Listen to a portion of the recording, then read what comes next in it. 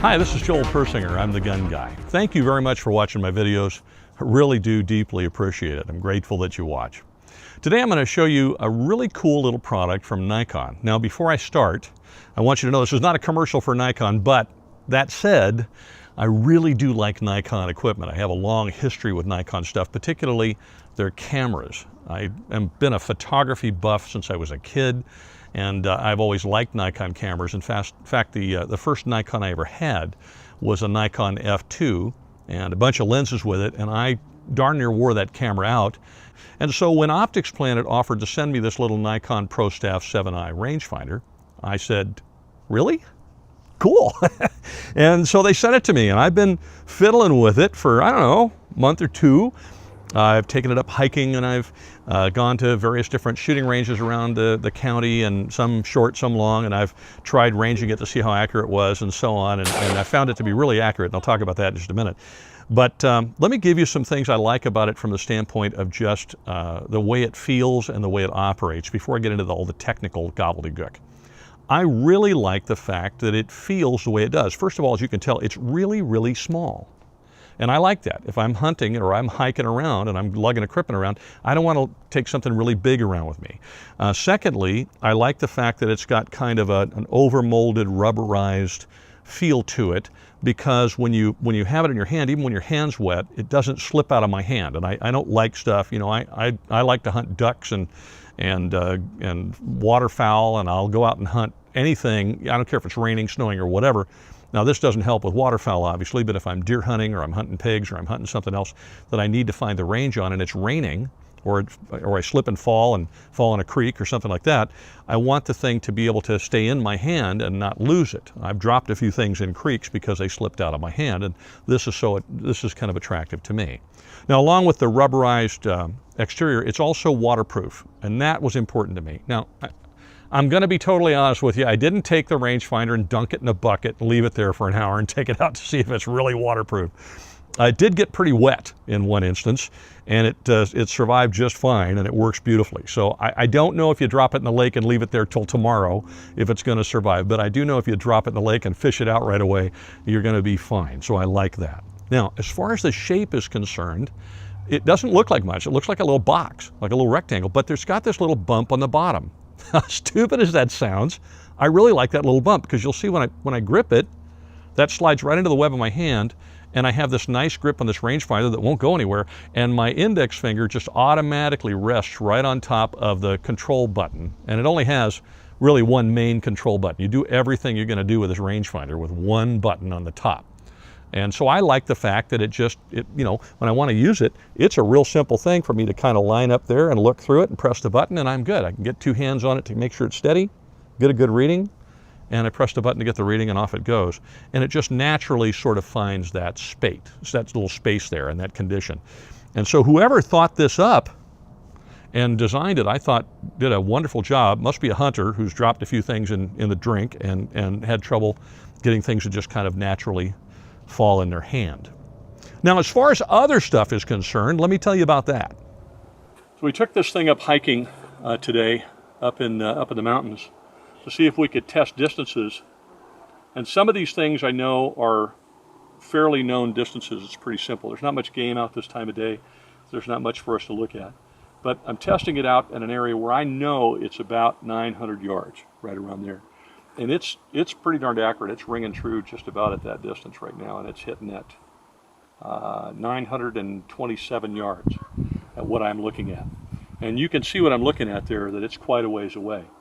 When we took it out to the range, I took it out to one of the local ranges here, which is 950 yards, and found that it was accurate within really pretty much less than a yard at the range. Now, those were known established distances. But now you'll notice I did not get the camo one, and the reason I didn't get the camo one or the camo case, which I think we set down somewhere, I wanted the black one with the black cases, because little bitty camouflage stuff like this irritates the snot out of me, because I have a tendency to drop things and then it goes in the bushes, and then guess what? It's gone, and I've just lost something that cost several $100s. So I particularly don't like the camo ones, but the black one, if I drop it, I can find it in the bushes, and I didn't lose my equipment.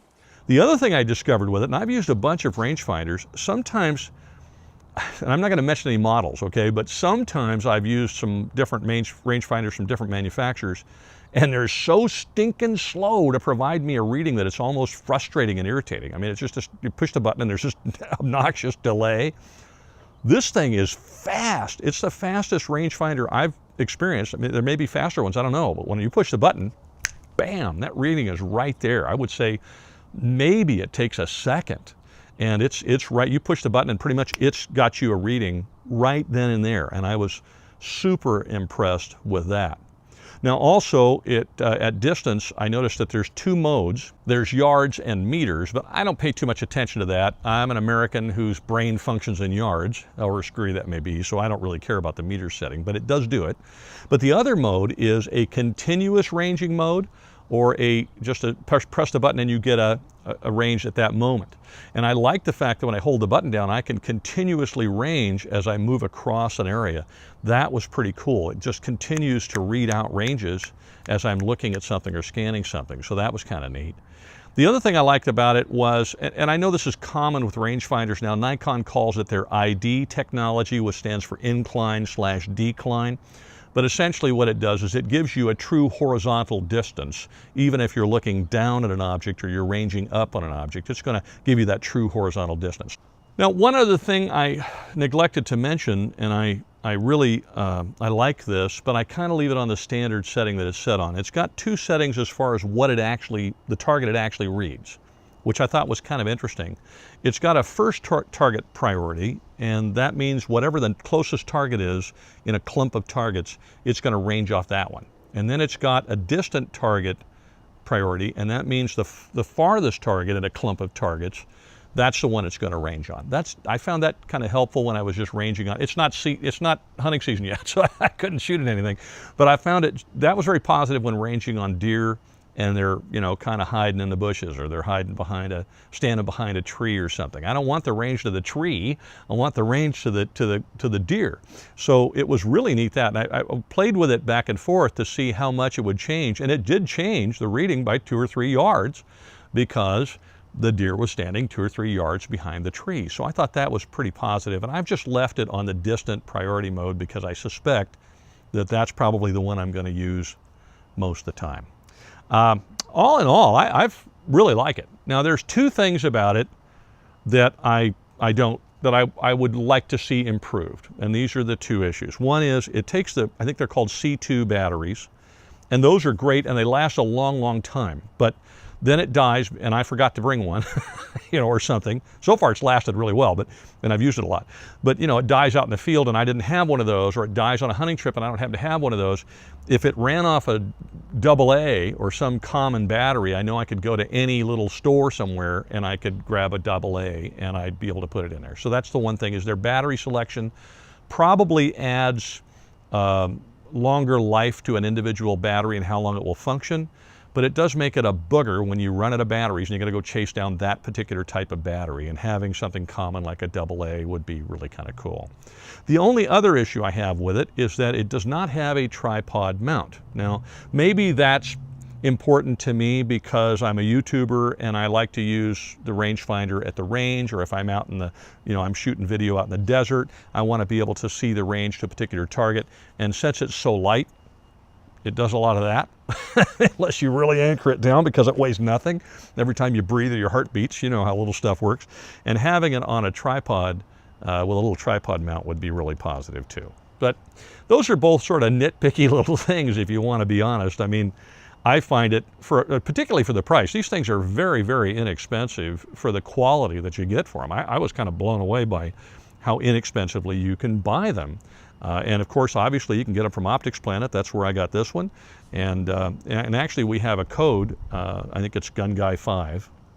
But look in the links, and you'll find it down there. And if you use our link with our code, you actually save 5% on top of that if you want to get it from OpticsPlanet. So there you have it. There's the Nikon Prostaff 7i laser rangefinder. It is arguably, I don't know. I sound like I'm a commercial or something. I don't mean to be that. I always try to give honest and forthright reviews, but as far as I can tell, it's the best rangefinder for the money that I could find. I mean, it's very inexpensive, and yet it's rock solid. I'm really surprised that you can get it for the price that you can get it for. Oh, and it comes with a couple things. There's a little lanyard it comes with that I didn't put on it. It also comes with, if I can get it out of my pocket, comes with this nice little carrying case, which is kind of nice. And it closes real positively, so you're not likely to have it come flopping out of there and jump out of there and fall on the ground. So I really like that. I kind of used it, carrying it around on my belt while I was hiking the other day.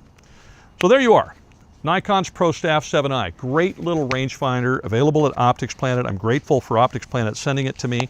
And this hunting season, maybe I'll take it out and you can watch me range on some game with it, and maybe I'll do a second review on it once I've gone out and hunted with it a little bit. Thank you very much for watching my videos. I really deeply appreciate it. Please like, subscribe. We've got a button right up here for you to do that, and that way we'll let you know when new videos come. And check us out on Facebook and Twitter and on the blog. I haven't written any articles there recently, unfortunately, but as of the date of this video, but I've got about 4 or 5 I've got to finish, and then we'll get them up there. I've just been kind of tight on time, but I try to get articles up there as rapidly as I can. Now, if you're not a member of the National Rifle Association and you like guns and you like gun videos, I want to urge you to join. The National Rifle Association is the largest gun rights organization in the country. Some people like them and some people don't, but I can tell you one way or the other, when it comes to fighting for your rights, the NRA is the big 600-pound gorilla in the room. And so you want to make sure that you're a member of the NRA. You know the old joke, where does a 600-pound gorilla sit?